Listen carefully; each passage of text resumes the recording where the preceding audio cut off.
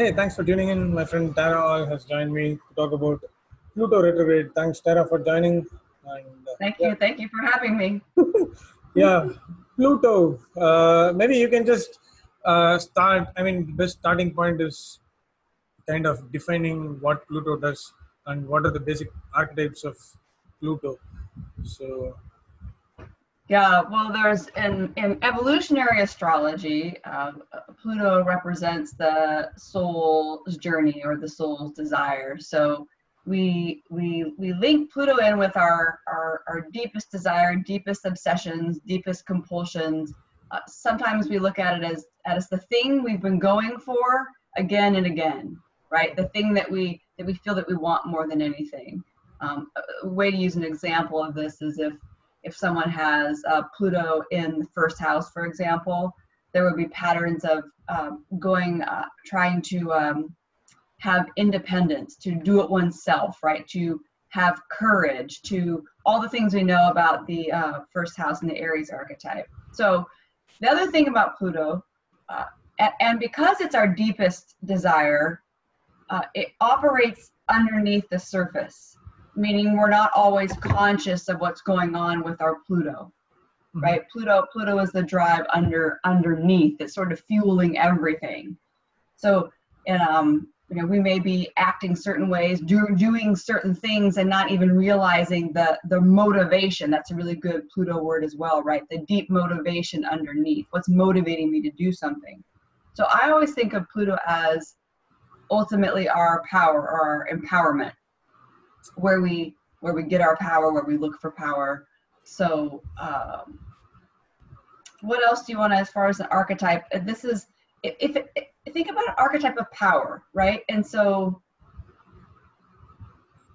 questions with Pluto always are, where is your power coming from, right? And so and so for many people, we look for that power outside of ourselves, right?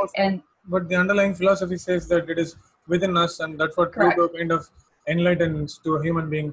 And what you said is very interesting in terms of how Pluto is kind of acting as an empowering structure within our own self. But it is funny that Pluto is always associated with destructiveness. So I think it depends upon the way we personify the particular Pluto placement in our chart, and the energy of Pluto is applied to our life. If it is applied to our life properly, I think we can probably use it to destroy the illusions around us, and we can attribute, or we can kind of put the destructive thing to that illusion and not our own self. So I think it depends upon how we kind of react to a particular manifestation or something that Pluto has to say. Yeah, I mean, you use the word destruction, which is a good word because Pluto absolutely rules destruction and elimination, right? Which is another good word for Pluto. But it's also rebirth, regeneration, transformation. Ultimately, Pluto represents the way that we are evolving. Yeah, both spiritual and personal transformation. Yeah. But this idea of the destructive side, I absolutely agree with you. If you are personally taking responsibility for your own power and standing in your own power, you can use those things for positive. The thing with power is, we all know this. I mean, power is a tricky business because oftentimes what we think is powerful, it really isn't where the source is, right? And so, we can look at it in our governments, we can look at it in our personal lives, we can look at it at our jobs, wherever you want to look at it. Power play, control, right? These are things with Pluto we're looking at. It's sort of like, who is the, okay, and here's another way to look at Pluto, the bottom line. This is another, so in our lives, like when Pluto in the natal chart, for example, for people where Pluto sits, it kind of shows where our bottom line has been. Do you know what I mean by that? Like when it comes down to it, that Pluto in some ways, Pluto and Saturn have, to me, some things and some similarities. Being, they both like to have the last word, be the bottom line, be the final, the final ruler, right? So when we're looking at both of those archetypes, there is this question of sort of who's in charge of everything. And I feel like Pluto shows the ways that we've been trying to not just evolve and transform, but also the ways that we've been trying to control in life to feel that we have a sense of power. Okay. Right? So I can use myself for an example. I have Pluto in the 6th house. 6th house is a huge, Pluto in the 6th house is a signature of someone who likes to control the environment. Meaning, right, so whether it's at work or with your health, we want to have control over what's happening around you. Pluto in my 6th house. What? Even I have Pluto in my 6th house.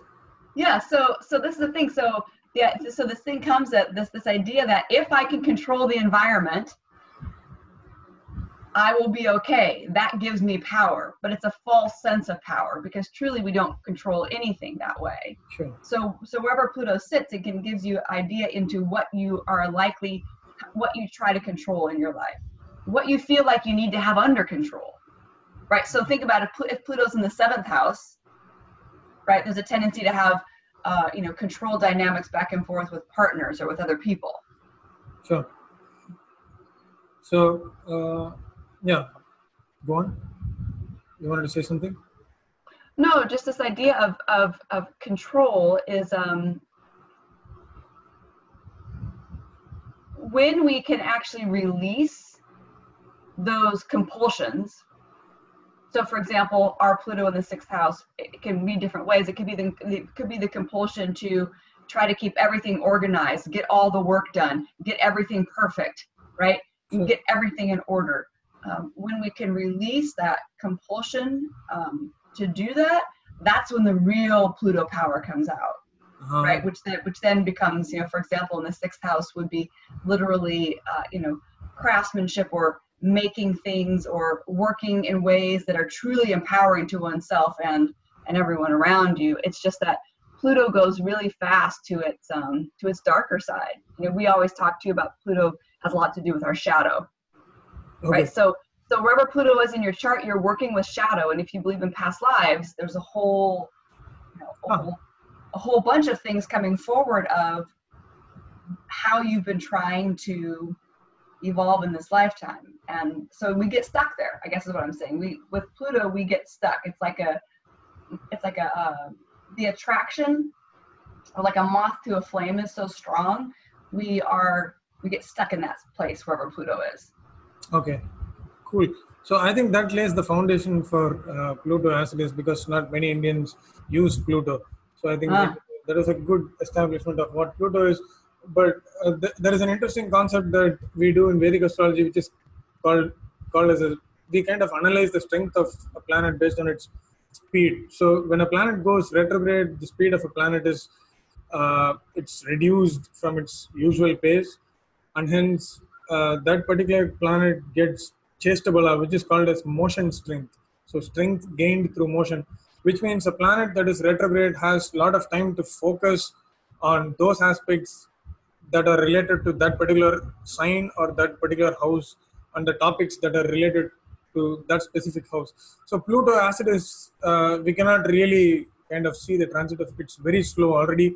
And imagine when Pluto is retrograde, there is even more focus in terms of greater truth or deeper meaning in life.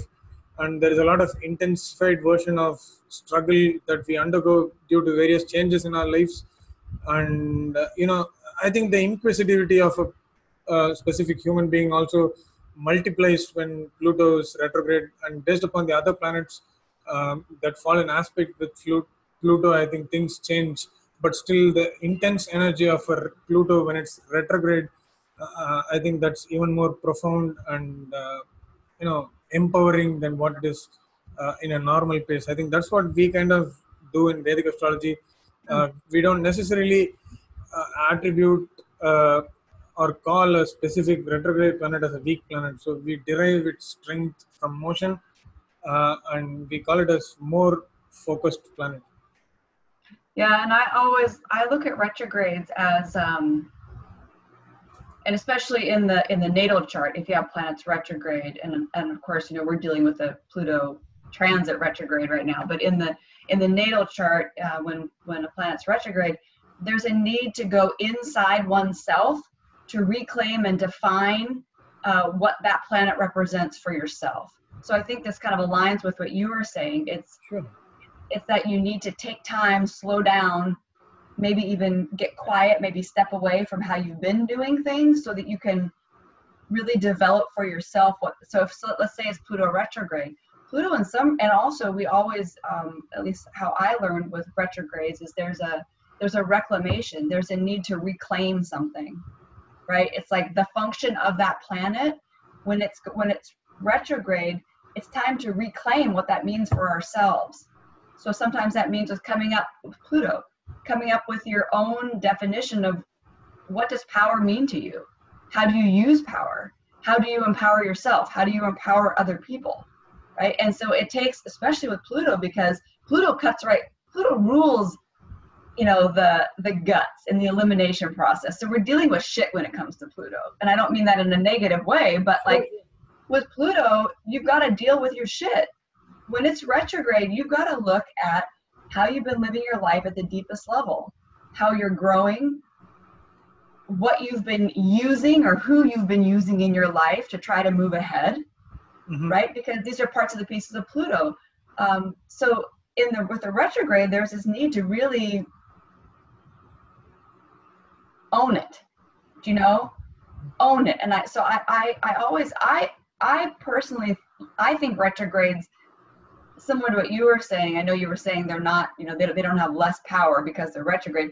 I think retrogrades are actually a power point, meaning there's more power to them because, like you were saying, there is the intensity, right? There is at least from our perspective, something is slowing down or going backwards, means that we need to revisit it. Exactly. So when planet revisits the exact degrees that it already passed, I think it's a second opportunity to us to kind of rectify those things that we left to take or carry those things behind our bags that are really necessary, because we might have dropped down something that are probably necessary in terms of near future. Yeah. And if we think about Pluto, at least from the evolutionary astrology standpoint, that it represents the soul's evolution, literally represents the way we've been evolving. Pluto retrograde is like reclaiming, your entire soul's plan. If you want to, which is it's a big thing. It's, hey, I'm actually going to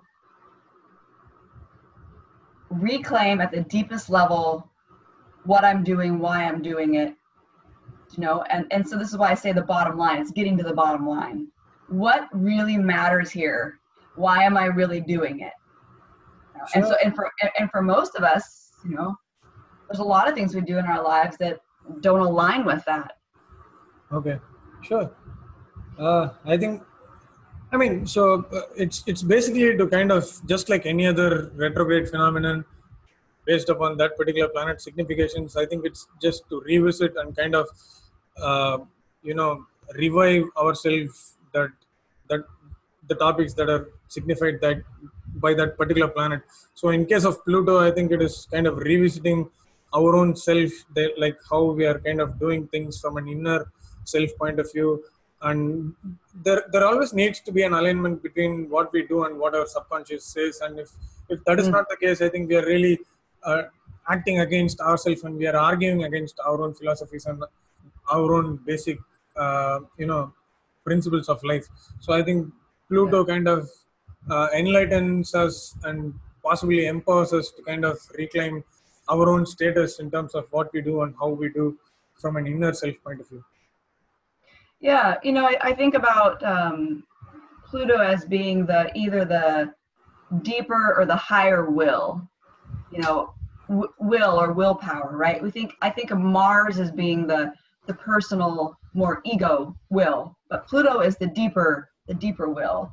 And so, just as you were saying, made me think about, so how is the lowercase u, in aligning with the capital Y, U? Do you know what I mean? So like higher self, the lower, however you want to look at those things, but how is that alignment? And I feel like Pluto retrograde is an invitation Although sometimes that invitation doesn't feel very much like like you have an option, right? Because Pluto's pretty intense. Sure. But it is an invitation to kind of recheck in. What am I actually doing? And so anything, it's like, and from a larger standpoint, let's maybe think about society a little broader here. So people in positions of power. Mm. This is a time where there's going to be things come up around that. Okay. Who do we really want to be in power, right? What do we want for our individual countries, right? What is ultimately underneath? What is the intention? How is that country meant to grow, right? How is a group of people meant to grow? It's the same as just on the individual level, on a bigger level. And so with Pluto retrograde, I think it's asking us to take a time out and say, wait a second, I mean, how in the United States, I mean, you're well aware of our political situation, right? So it's a perfect example of, right? Yeah, sure. Who do we give our power to? And then what do they do with that power? And ultimately, and what does power even mean at all? Right? Because we have a tendency to look at certain things or certain people and say, oh, that's very powerful. Then we look at other things and we say, oh, that's weak. But that's just based on our, that's just a subjective assessment of what is powerful and what is weakness. And so when we work with Pluto, we're always in life we're dealing with polarities, but with Pluto, we're dealing with strength and weaknesses. You can't, power and helplessness, for example, go hand in hand. You can't deal with one without the other. So for all of us, when we're looking at Pluto retrograde, there will very likely be moments in our lives where we feel powerless. Mm-hmm. And especially oftentimes, in the areas of life where we like to control things, where we think we have it under control. Like, for example, if it's your job and you think that you've got your job under control, you're the best at your job, that would be a perfect example, right, for something to happen at your job. I mean, suddenly it comes under jeopardy.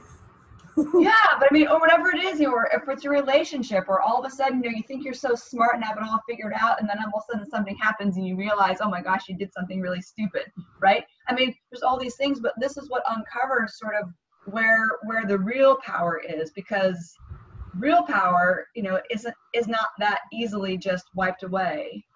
And so if it's that easily wiped away, we need to look at whether it was real in the first place. Sure. But, Pluto's not always pleasant for people. Yeah, because Pluto brings some kind of a change or transformation, and we as human beings are not necessarily okay with it. It is a basic, basic attributes of human being where we generally are not very acceptable to a change. And Pluto does not bring an acceptable change. It always brings some kind of a change that is necessarily forcing us to.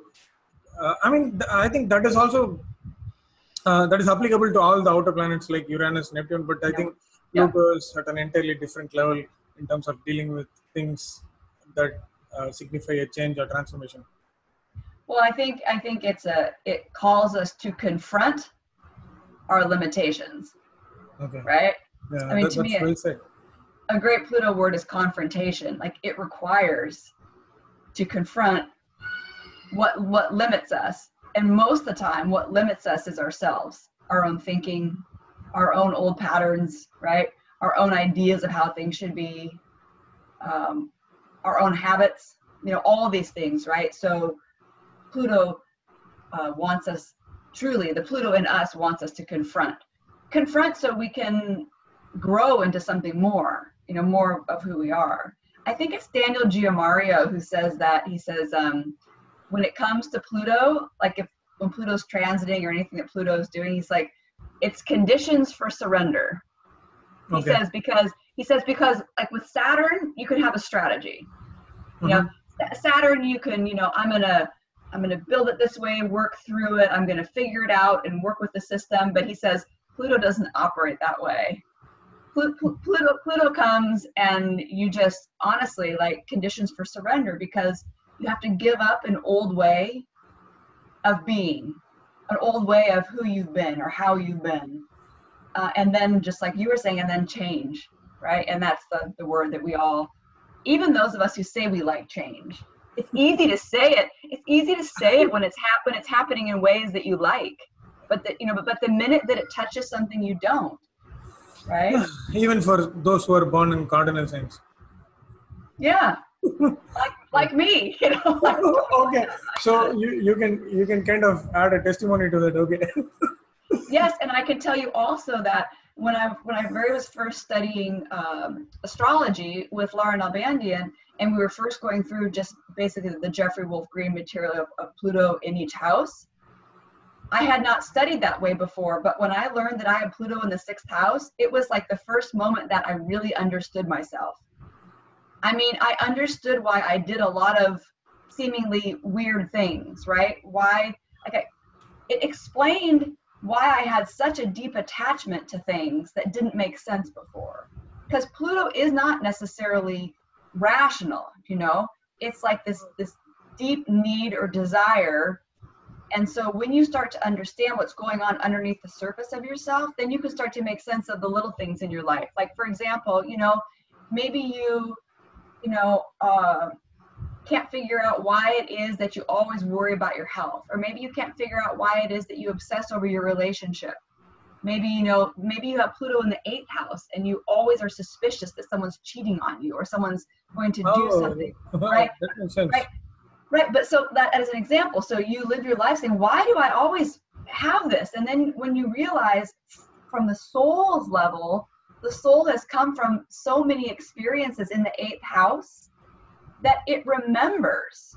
You don't remember, like it didn't happen in this life, so part of it doesn't seem connected, but on a deeper level, you've had those experiences over and over again because that's the way that you've been evolving or growing. And so it can give, honestly, a lot of peace to people to understand, oh my gosh, I've been doing those things for so long, over so many lifetimes. I now understand why, when my husband doesn't call immediately, when he gets to work, and I worry about it, right? Which doesn't seem reasonable, right? Sure. Right? Because it seems silly, but when you start to understand at a deep level that you may have had thousands of experiences of people who never called, never came home, abandoned you maybe, right? Or people that you couldn't trust, then you say, oh my goodness, that's an old pattern. That's old Pluto stuff. And when you can start to recognize that, you can release it. You can release it and say, okay, where am I at now? What's happening now? But it doesn't have to be this like deep, dark thing. Because I'm saying once you bring it to awareness, this is the thing with Pluto. It's just like psychology, right? Because Pluto is very linked with that. Once you bring it to your awareness, you can work with it in a different way. In other words, those things that seem to be your weakness can become some of your biggest strengths. So I am such a big fan of working with Pluto. I mean, of course, it's an evolution. Basically, what is empowerment? Yes, it is absolutely empowerment, but not the like, I have all the money, I have the big house. Yeah, I mean, it's the mental stuff that really is at work when you talk about Pluto. Yeah, and it's being able to like really like generate within yourself the sense of purpose and like I feel like it's like a Pluto, like when you're really in your Pluto in the most healthy way, the bottom line is in you, right? That ultimately the only person that you need to report to is yourself. Sure. And so when you're in alignment with that deeper self, it becomes a very satisfying experience of, I'm living for me, right? This is kind of how I say it, right? Like I'm living for me, and I'm willing to change beyond what and who I have been into something more. And so this is really is the call of Pluto, and which is why it requires parts to die for things to be reborn. You can't work with Pluto without working with death. But it's not death in a scary way. It's a death, and you have to make room. And most Pluto stuff that we carry around is already dead anyway. It's like dead weight. You know, it's like hitting the purge button on things. Sure. We really don't have a choice as it is at most of the occasions. Well, the funny thing is, like, we love to hold on to our shit, like literally, right? I mean, we hold on to, like, you know, I have, that person did this to me. We hold on to that, you know, like we hold on It's to basically finding excuses not to change or something like that. yeah. And so instead we hold on to all those old things, and then it fills us up, and we don't have room. Sure. Okay. Okay, I think that pretty much brings us to the end of the session, and yeah, we'll catch up soon. Okay. Thank you. Thanks, Ashwin.